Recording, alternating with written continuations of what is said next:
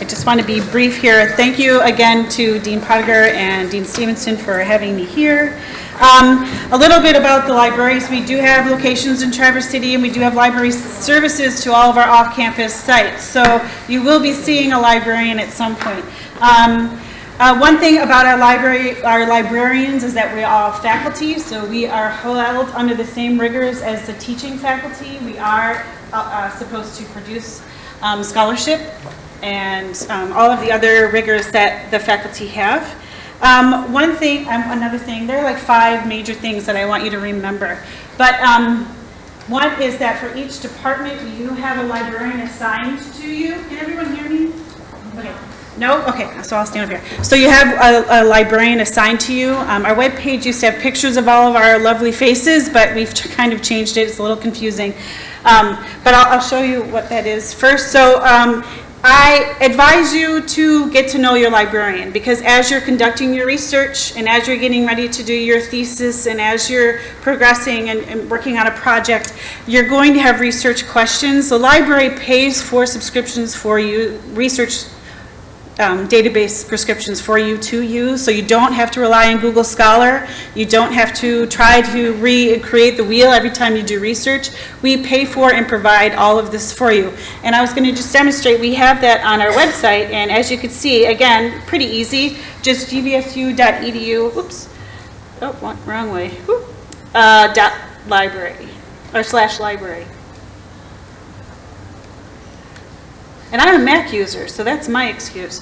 So, so this is the library's webpage. Again, you can find it, like I said, it's just /library after the GVSU edu. I advise that you get to know this page. In order to find your librarian, you can go under the About Us. Oops. Again, I am not a PC user. And under here, we have staff. So that's everybody, and then we also have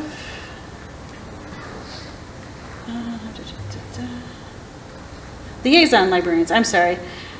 We were called subject librarians. Now we're liaison librarians because we liaise. So you will see who your librarian is. We do have our main library in the main campus. That's the Mary Adama Pugh. We have an archive too on main campus. That's the Seidman House, not to be confused with Seidman College of Business. We have a Steelcase library, which is in this building, in Building A. That's where my office is, and a lot of the graduate librarian liaisons are there as well. And we have 2 librarians up on the hill at CHS. So if you're looking for your librarian, just go ahead and click on the liaison librarian link, and you'll see it says right here, librarians by subject. So that's just terminology. We're trying to work out what are we calling ourselves these days. Always, to return to the main library, you just have to click our big tab here. Our web design person, who's also a faculty librarian, likes to make things easy for people. I just want to draw attention to how to find things. So we have links here on how to find materials, but we also have this drop-down menu too. So this is where you get access to those databases, specific journals that you can search in, and any kind of books that you need. So I recommend that you bookmark this site because you're going to need it. Again, I don't really recommend you going to Google Scholar too often because you're going to be eventually asked to pay for things when we have things here. And if we don't have them here, we can get them for you through our interlibrary loan or document delivery. So that's another thing to remember. So you have a librarian. So don't panic and get to know that person. We have office hours, or you can email us. We have ways to find materials on our website. Another helpful thing that you can use when a librarian is not available, because unfortunately we don't work 24/7, but we have made these subject guides that are designed for all of our disciplines. So I was just going to pick on one of my colleagues. Anyone in education? Okay, so there are several for education, but my colleague Rita has made several based on different courses, several of these guides, and I will just go into the EDF 660, which is the research class. So what Rita has done is she has made a tool for you that you can use if she is not available to answer any questions. We've all made these things. So of course, she has handouts, everything for different professors who teach the class, all of her tutorials, and anything for APA, because in the College of Education you use APA. So again, all librarians have made these subject guides, and I'll just return back to the main page and I'll show you again. They're right here under subject guides. I would recommend you take some time and explore what the librarians have put together for you.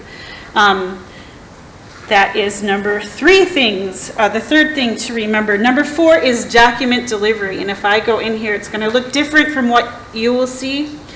You have to create an account with us, and that's your GVSU username or network ID and your password. Here.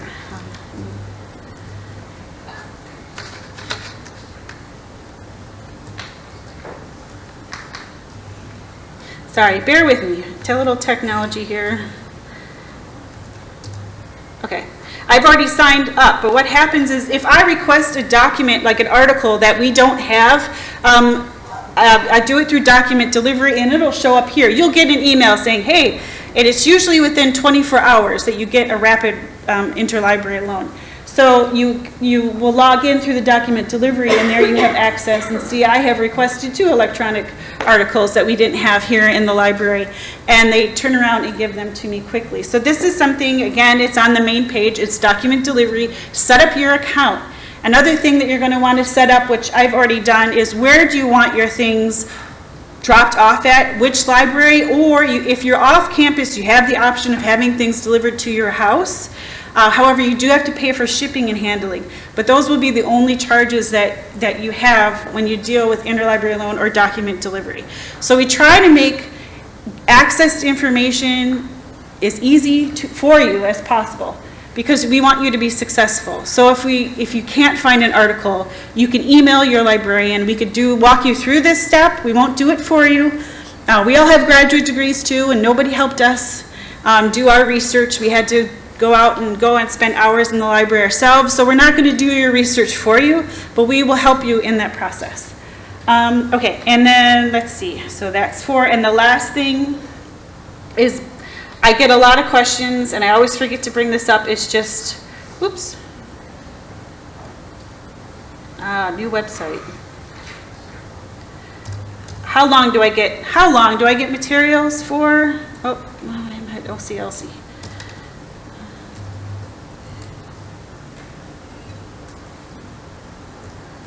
And that would be under, let's see, is that under About Us?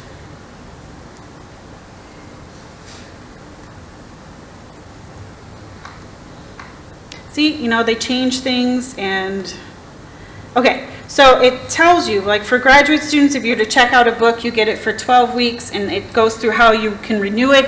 If something is checked out, you can put it on a recall. And if a faculty has it, they usually get kind of grumbly, but what happens is they get an email, they have to send it back, and then you can have it for 12 weeks. But they might do it back to you, so just know it can get kind of interesting.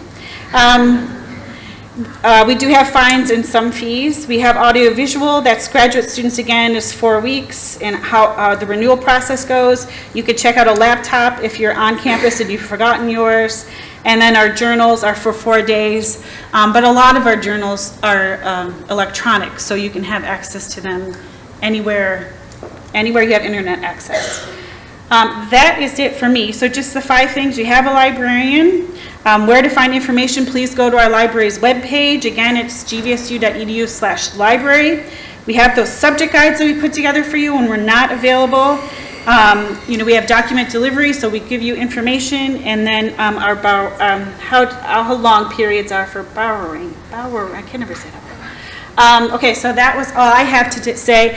I will be doing the PACES boot camp, and this year I'm going to be talking more about publishing, a little bit of the Open Access Fund, your author rights as you're disseminating your work, and a few other things with copyright.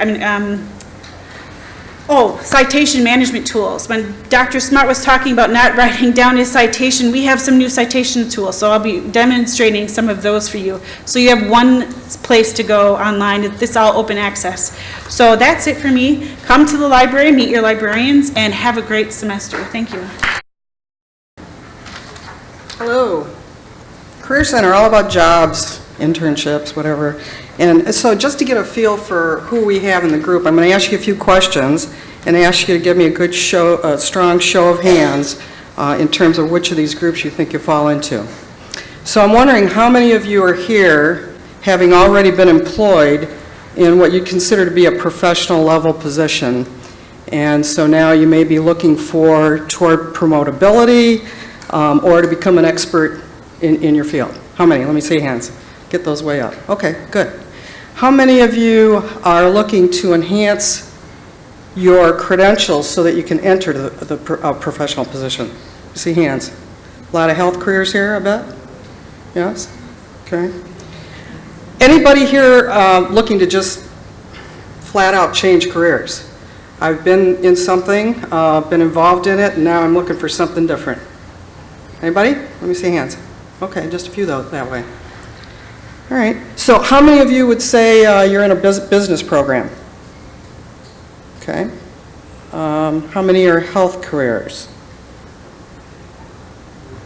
Okay, education? Okay, so it looks like it's heavy on the health careers. All right. So when you think about a job search, how many of you would say that you can see in your not too distant future needing to do a job search? Anybody? Let me see hands, strong. Okay, so some of you are in positions already that you don't plan to leave, but it looks like probably 2/3 are going to be doing a job search, and most of us will sometime, if it's not the near future. So let me ask you, when you think of a job search, what's the first tool that comes to mind? What's the first thing you think of in conducting that job search? Don't be shy. Resume? Okay. Any other thoughts? Friends. Search engine. Okay. Most people these days are conducting their job search based on perusing sites, looking for things to apply for. And in our business, we call that a passive job search. So our plan is to get you involved in an active job search that really, somebody said friends, it's really about networking, all about how you network and the relationships that you develop. So question is, how does, okay, I'm not sure what we got going here. Oh, there we go. How does the Career Center play in to helping you get prepared for that job search? Whether it's, some of you are going to have to look for a placement for your practicum or other experience related to your program. So it might be before you actually finish and you're looking for that next job. So in terms of consultation, we have people in the Career Center that are experts in each of the colleges.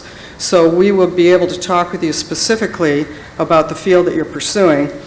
In terms of on an individual basis, somebody mentioned resume, we can certainly work resumes. We can work interviewing.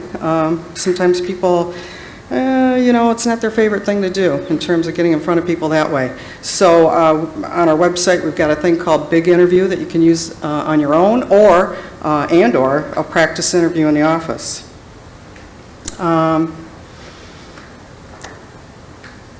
And then to talk really specifically about job search strategy, this whole business of networking. Everybody knows they're supposed to network. A lot of times we hear people say, I'm not real sure how to operationalize that. So we can help you get that underway. On-campus recruiting, if you're in accounting, that's going to be front and center for you. That's where employers will come on campus and actually conduct interviews here. In other graduate areas, you know, it's here and there. But sometimes that's happening. And then certainly we're posting career positions by way of Laker Jobs, which is a system that you can tap into at any time that you see fit. And anything that is posted, comes through our office, is posted in that system. And if they're posting there, then they're probably interested in talking to Grad Valley students. So we're going to encourage you to get involved with that. So overall, we're hoping that we can help you at whatever point it makes sense. If you are interested in making a contact, we have a location just across the way here in 101B DeVos. or on the Allendale campus, and it's just a question of either calling, or we do drop-in hours every day, Monday through Thursday, between 10 and noon and 1 and 3. So stop around and let us know how we can help. Okay? Thank you. Hello all, my name is Stephen Lipnicki, and I'm with the Dean of Students Office. My title is Assistant Dean of Students, but I'd like to think that that doesn't tell the full story. I am based in downtown. The rest of the Dean of Students staff is in Allendale. Because I'm downtown, I work very closely with adult populations. You'll hear this in a moment. So it's not just graduate students, it's undergraduate adults as well as student veterans and family members and the like. And we'll get into some more. But more importantly, I want to share information with you now really about a number of resources that haven't been covered. Many of the things that we talked about today and you've heard about, many of these offices and some that you'll hear about now are going to have tables set up in the Resource Center. So between 2 and 4 when we finish up here, I'm sorry, between 4 and 6 when we finish up here, that area will be completely open. There will be some snacks there for you as well. So feel free to browse around and get any of your questions answered as Vince was offering as well. Just want to also mention that almost everything that I covered today is addressed in what is called the Graduate Student Guidebook. There is a link to the Graduate Student Guidebook from the Graduate Studies page. So the best thing to do is if you want to access things, any questions about what I'm talking about, feel free to contact me. But in addition, there's more information for you to read about them. I know you're going to hear a lot today, and it's not all going to stick until you really need to know.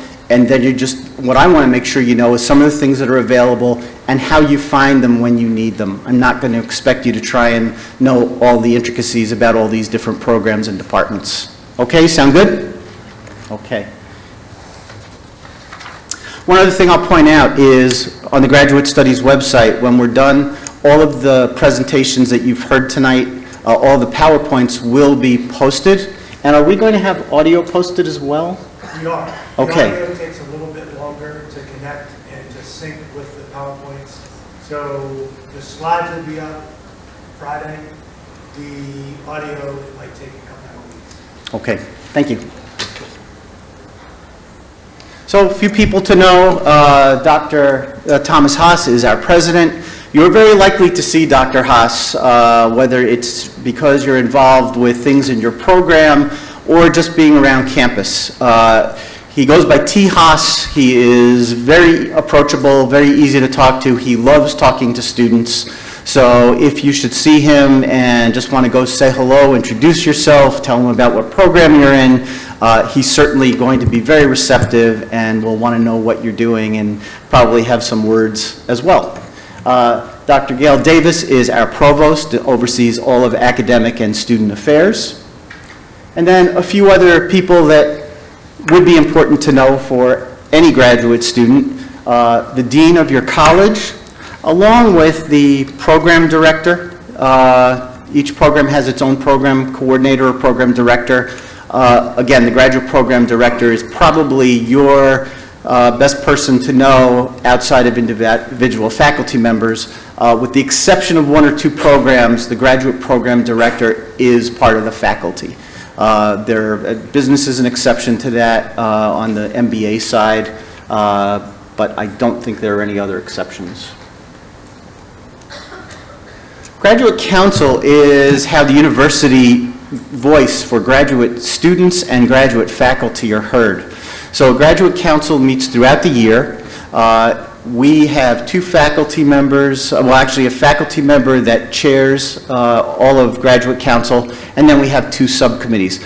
The only real thing you need to know about Graduate Council is that Graduate Council is there to hear about issues facing graduate students. They set policies for graduate students. They review curriculum for graduate students.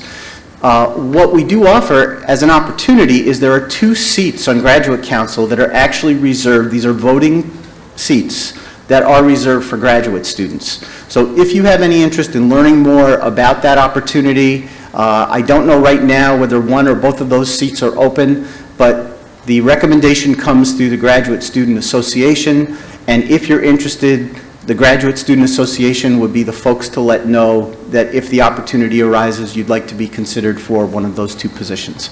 The rest of the people voting in that group, by the way, are all faculty members representing the different colleges at Grand Valley State University. So Pew Student Services is the office that I'm actually located in. I'm actually in the Career Center, and I'm based at this campus, as I mentioned. So I'm in 101B DeVos Center, along with the Career Center and our counseling services on this campus, along with our Veterans Network. And we're located directly across the courtyard, the same wing that the library's in, but a little bit further down towards the north. In the adjoining space to us is graduate admissions. So for many of you, you've already been through this process and don't really need much assistance from graduate admissions. However, some of you may be undecided, may be taking some graduate courses, but have not yet applied into a degree program. Tracy Jims Hare, who will be outside as well, is our coordinator for admissions for graduate programs. You can always contact the graduate programs directly, but if you're not even sure what all the program options are, Tracy's a great person to talk to. She can give you a lot of information about the various admissions requirements. Programs establish their own, so if you're looking at 2 or 3 different programs, you might have different requirements, and Tracy can outline all the different requirements for you as well. The Student Assistance Center is located, there's one here in Building C, which is where the Starbucks is. And then there's also one in the Student Services Building in Allendale, if any of you are going to find that to be more convenient. The Student Services the Student Assistance Centers are the records office, and they provide all the information you would need having to do with any of those topics, starting with getting a student ID card, registering for classes. They handle payments. Some of you may be able to defer your loans while you're in graduate school. They can assist you with that process. They'll also do enrollment verifications if you need that for an employer and such, provide transcripts, etc. In terms of if any of you are using military benefits through the GI Bill, initially you're going to be talking to folks who are based in Allendale. You can contact them electronically through our website, or you can call them at 331-3327.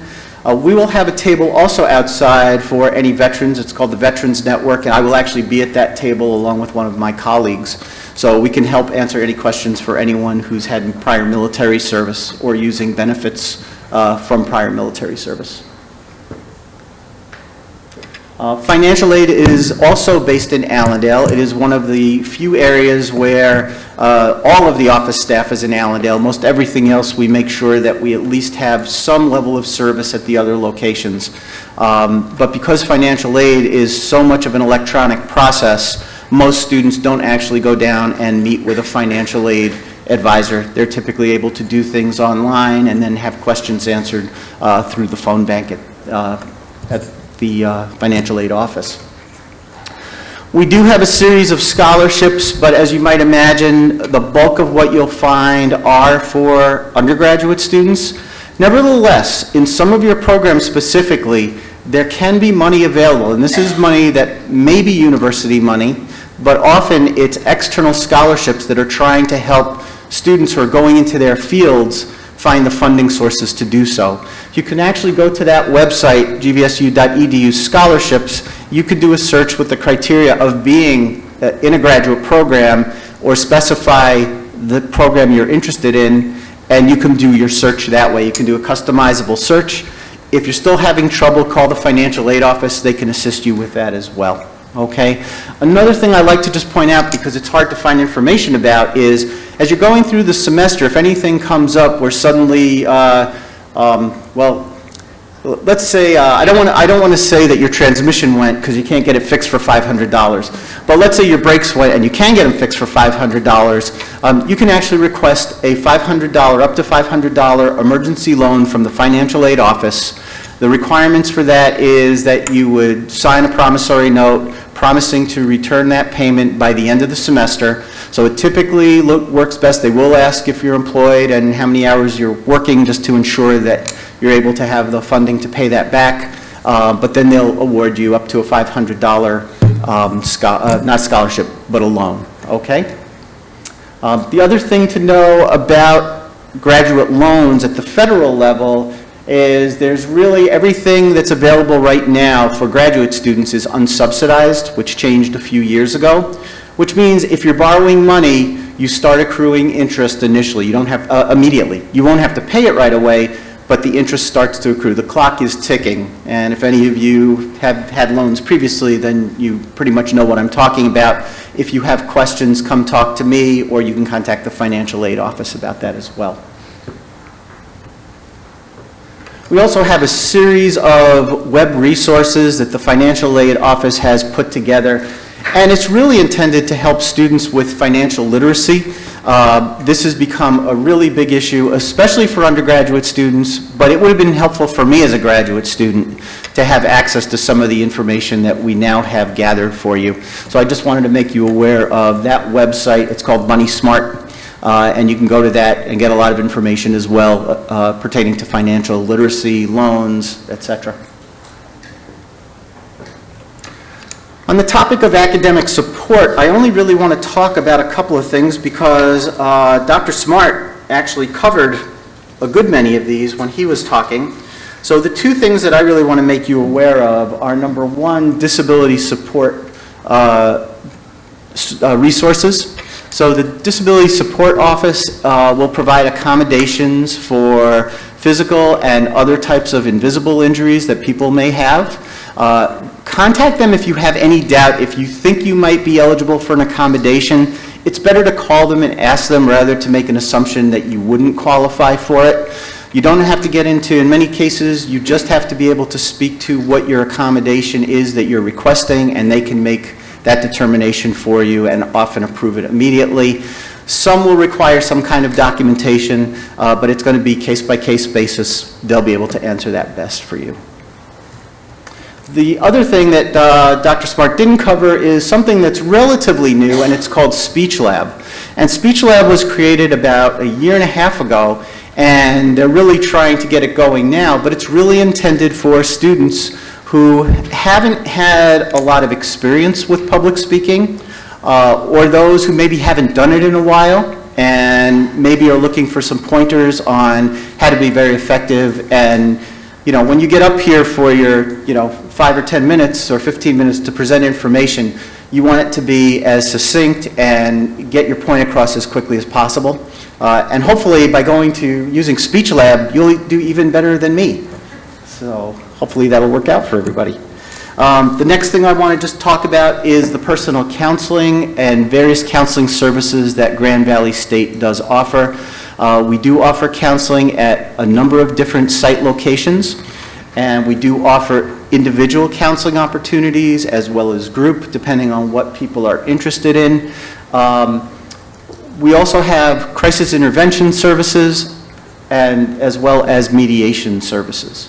And then we have a whole array. We have a specialist dealing with substance recovery issues, specifically related to alcohol and other kinds of substances and drugs. We have a number of inclusion initiatives at the university. They're housed in different places. Some of them are actually within academic units. Others are within the Division of Student Affairs. And some are within the Office of Inclusion and Equity. So what I've tried to do is give you a number of different topics just to make you aware of some of the things that we have available to you. Let me just see 1 second here, I'm sorry. Okay. So as I said, we already talked about disability support resources. Veterans Network is actually covered because there are protections for veterans that law provides, both at the state and federal level. We then have the Dean of Students Office, the LGBT Resource Center, as well as the Multicultural Affairs Office and the Women's Center. Those three, LGBT, Multicultural Affairs, and Women's Center, actually are all housed at the Kirchhoff Center, and they work very closely together. So there are a number of issues where they're working together, which have to do with the many different identities people have. So it's not as simple as it maybe felt like it was at one point, is you know, if you're part of a population, then there's a place for you. well, we have multiple identities, so we may find at different times there are different resources that are best for us depending on what we're looking for. This is actually, this is the only required portion of this whole presentation, is to talk to you just for a few minutes about sexual trauma. And the reason we do this is we are working with a grant through, it's called the Violence Against Women Act grant through the Office I think it's the Office for, it's OVW, so I think it's the Office for Prevention of Violence Against Women. But however, sexual assault is not simply an issue that faces women, and I'm sure you're all aware of that. So nationally, 1 in 5 women and 1 in 15 men have identified being sexually assaulted while in college. Most occur by someone whom the victim knows and where alcohol has been used as a tool. Incidents are often not reported to the police or to university officials, and GVSU students are not immune from this. We have a number of resources and reporting options, and one resource I want to make sure you're all aware of is our victim's advocate. Her name is Ashley Schulte. Anybody can go see Ashley regarding seeking support, options, and advocacy. What's unique about Ashley's role is she is not required to report what you tell her. So if somebody should go to talk to Ashley, you can keep that conversation. She will really talk to you about what options may exist. And I present this now as well is because there may be some survivors in the room, and if I had to guess, I'd say there are likely some survivors in the room who maybe haven't had an opportunity to talk to someone. So that's why, as well as thinking about things that could happen and being as smart as you can, and sometimes it doesn't matter how smart you are, it's important to know that we have those folks. The other person we have is our Title IX coordinator. Her name is Teresa Rowland. The difference is if you talk to Teresa, in her role as Title IX coordinator, she has a reporting duty. So if you are sure you want things to sort of move forward, then Teresa's great to talk to. If you just want someone to find out about what's available to you both on campus and in the community, then I'd recommend that Ashley be the person. If something happens to you and you need help immediately, 911 is the call to make, whether you're on campus or off campus. If you're on campus, you'll get connected with the Grand Valley PD dispatch, and we'll get assistance to you. And then, as I mentioned earlier, we also have confidential counseling available through our counseling center.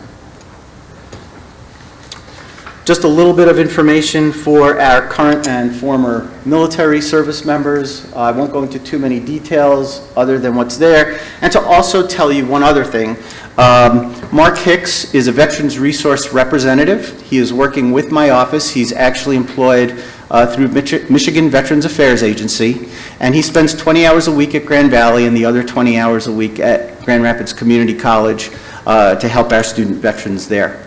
There are 2 specific places where you can send email to if you had a question. If it has to do with GI Bill or transcripts, it's just vetrec, V-E-T-R-E-C, at gvsu.edu. And if it's anything else to do with the support services, our Student Veterans Organization, any events that we're hosting, then it's vetnet, V-E-T-N-E-T, at gvsu.edu. So this is the fun bus map. I'm not going to go into all the things that are on this map, but I'll make this as simple as I can. We have some rerouting that actually took place with what is called the Campus Connector. The Campus Connector has been a bus service we've providing since 2000 between the Allendale campus and the Pew campus, which is where we are now. There was a separate bus route which would take you from the Pew campus right here up to the Cook DeVos Health Sciences building. So what has changed is the connector bus is now going to go from Allendale to Pew campus, as it always has, but then continue from Pew campus up to the hill to the CHS building.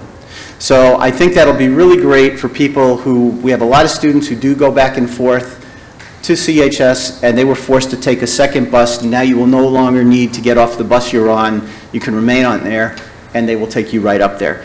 These buses, Monday through Thursday and Friday until 6 p.m., And Monday through Thursday, also till 6 p.m. We'll run every 6 minutes, we say every 5 to 7 minutes, but approximately every 6 minutes, there will be a bus coming. There is also an app that you can go to find out exactly where the bus is if it doesn't show up within 6 minutes. So you know where it is, how close it is to picking you up, etc. When we hit the bad weather, what tends to happen is the 6 minutes still is in effect, but things get backed up and they'll cluster sometimes. So you might have to wait 10 or 12 minutes and then 2 or 3 buses show up all at once. It really has more to do with the weather and traffic signals than anything that we can control in terms of our work with the bus company.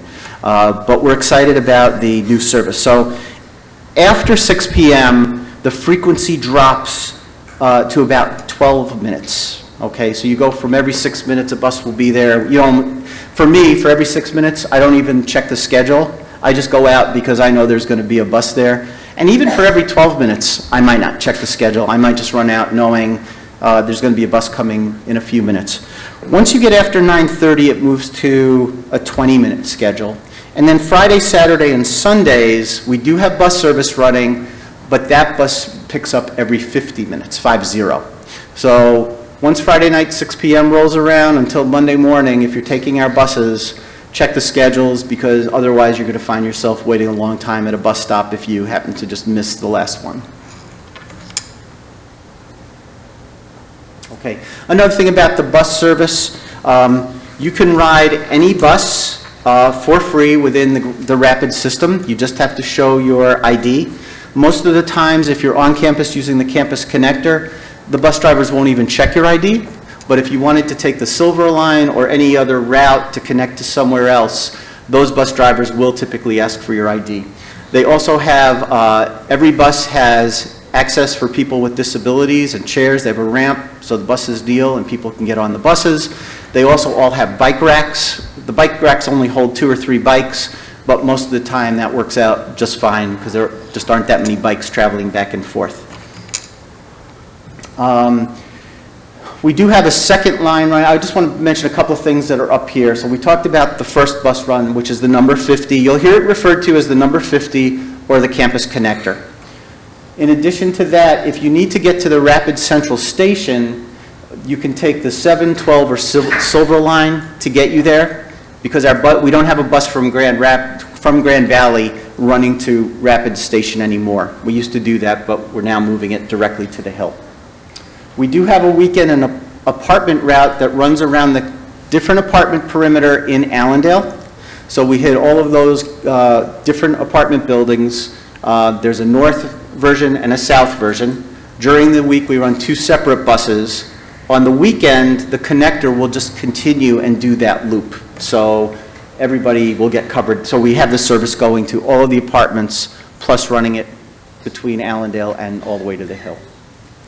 We have a new park and ride location on Lake Michigan Drive at Kinney. It used to be behind the firehouse. It will no longer be behind the firehouse. It will actually stop on Lake Michigan Drive. There was a bus stop here that used to be under Pearl, between here and the Eberhardt Center. That bus stop has now been moved to Fulton Street under the expressway. So again, any of the buses that you'd be taking, whether you're going to the Hill or out to Allendale, you're going to go to Fulton Street under the expressway. And there's a bus stop in each direction. Okay. So the old bus stop was right there, and the new bus stop, as you see, I have it actually on the highway, but it's actually below the highway. So that would be the location there. And just to give you perspective, we are right now in DeVos Building E, so it's really quite close. Seidman is here, Kennedy and Eberhardt Center are here, so, and our living centers are here. So it really is, in some ways, a better location. It's more central for more students. In case you don't know, we do have a student parking option, and the student parking permits are typically purchased online. I've just listed the fees, and this is per semester fee. So there are some exceptions. There are some students who will park in streets. I will tell you that if you're at CHS, it gets very challenging to find street parking. So you might be well advised to just park here and grab the bus over to the CHS rather than trying to find street parking. We've also had some issues with some of the neighborhoods being upset about student parking in the neighborhoods. So especially people might block a driveway, things like that. So just things like that to be aware of. If you have a student parking permit, then you can park in any lot marked with an S. What you specifically need to avoid are reserved spaces for service vehicles, people with disabilities, faculty, staff, and residential parking, okay?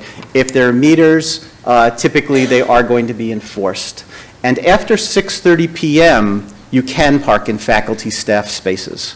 So after 6:30, we open that up, and if there's still spaces in the faculty, staff lot, and you're coming back to campus for something, let's say you're using the library or computer lab, you can do that. Yes, I saw a question? So the resident and the commuter parking pass cost the same? No, they're actually different. They're different, and if you're a resident, you're going to want the residential parking permit and not worry about the commuter, okay? And because you'll have reserved lots as a resident. Okay. Any other questions so far?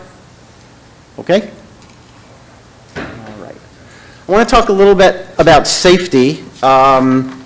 You know, for those of you especially who are not going to be in Allendale, all of our other locations are in an urban setting. Now, Grand Rapids is a relatively safe city. That said, Grand Rapids has some crime.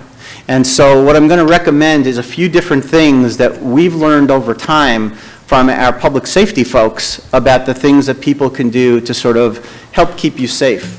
And so the first thing is pay attention to cars and trains, whether you're in a crosswalk or not. We do have active train tracks by the Seward ramp, so that's a good thing to know about. And you don't always get the same respect you get in Allendale when you're in a crosswalk downtown. So especially for those of you who might be used to a campus where you could just step into the crosswalk, you knew nobody was going to, you know, go after you. We don't necessarily find the same thing here. It's a little riskier. So just, you know, common sense, be careful. You'll be fine. Larceny is the top issue that we have. Laptops, iPhones, textbooks, these are all things of value that somebody can pick up quickly because you've left it behind at a table, in the library, at a lab. Just have somebody watch your things if you've got to step away. You're all in the same boat. You're going to be with lots of students. So if you're walking away for 5 minutes to get a cup of coffee, ask someone if they're going to be there to watch your things. If they say no, that they've got to leave, you might want to just take them with you and avoid any kinds of issues that way. If you have a bicycle on campus, we recommend that you register it. If it is taken that way, we have a way to track it, and if we can relocate it, we can identify it as yours. And and we've had a number of bike thefts, but almost all of the bike thefts, in fact, we're not aware of any bike theft that's ever happened when someone was using a U-lock. They're either bike thefts that have happened because a bike was unchained completely, or it was a cable lock that someone was able to cut through very easily. Okay, so they're a little more expensive and they're a little heavier, but certainly, especially if your bike has some value to it, it's a good investment. We talked earlier about calling 911 for any emergency that's on campus. I also have non-emergency numbers listed there for both Grand Valley Police Department and Pew Campus Security. If you're in Allendale, the Grand Valley Police Department are sworn officers through Ottawa County. If you're downtown, it's a security department. They're not sworn officers in that they don't carry weapons, but they will call the police department in Grand Rapids. They will be first responders as well, or at least arrive at the same time to make sure that everything's happening the way that it should happen. The emergency notification system, yes, it's important in terms of alerts and in terms of school closings, but we will post announcements, crime alerts, as well through that system.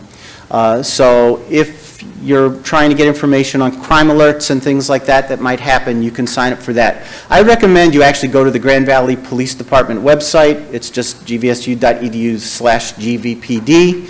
There's a whole section on safety and security, and you can sign up for this notification system, and there's another one that you can sign up for as well through Grand Valley Police Department, where they will send out other notifications. Textbooks, I'm sorry, I wanted to bring up one more thing. We have a number of people that, we're a public university, we're right in the city. We have a number of people that come to campus, and they're not necessarily people that have business on campus. They're just here because it's a comfortable place to be. Sometimes they will approach you and ask you for things like money. And our best advice, and the police department will tell this to any audience they can get in front of, is never to offer any kind of money to people who are asking you for money in that situation. It really just encourages them to return. We really try and warn the residents who live across the street, because if they find out about where you are, they'll have a habit of coming by just as you're leaving and on your way to classes, because they know, and it may start off as simple as someone asking for a cigarette or a piece of gum, and then the next time they're asking for money. So we're really asking that you not do that. If you find anybody on campus doing that, is actually not permitted to do that. That kind of behavior is prohibited. So if you dial the police department or Pew Campus Security and let them know, they will send someone over to advise that person that they need to stop doing that behavior. Okay? So off the textbooks, just quick information to know. The first week of classes is the full refund period, unless your class is meeting on a weekend, and then they extended the deadline for 1 full week. Okay, you have to have all the pieces together if it's something that came with a CD or a DVD or any kind of workbook. Just how it's sold is how you have to return it in order to get your full refund. Okay? The bookstore is staying open today, as well as the Student Assistance Center. We're done early enough that they'll be open for you, but they'll also be open later. Food plans, many graduate students, since we don't require food plans for any students, even our undergraduate students tend not to have them, with the exception of those that live in housing and don't have kitchens. On the other hand, I actually do have a food card, because I just find it easier to buy dining dollars and pay with a card rather than carrying cash or having to use a credit card for every transaction. So that option exists for you. Just go to that website if that's something you'd like to do.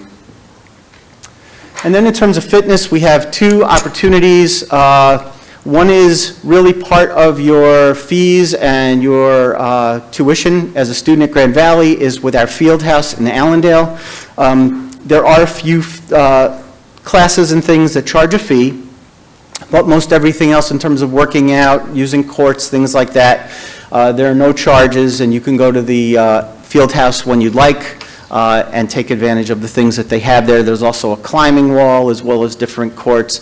They also have a recreational center where you can rent equipment if you wanted to rent snowshoes. I believe they're now renting kayaks or canoes, so sleeping bags, anything you need like that is also available to you.